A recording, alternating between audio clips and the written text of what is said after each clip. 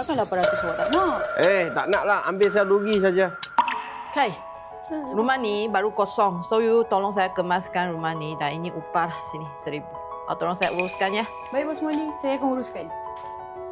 Jason, awak nak tak buat kerja kemas rumah? Saya bagi awak 800. Amboi, bos bagi you 1,000. Senang saja you buat 200 punya keuntungan. Macam tu, I tak nak buat lah. Jason, takkan 800 awak tak nak?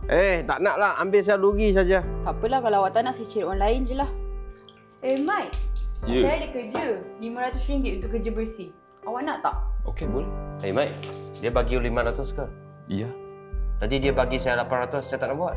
Kenapa? Tadi bos Molly bagi dia 1,000. Dia pula bagi saya 800. Saya tolak terus lah. Sekarang dia bagi you 500. You sanggup nak buat.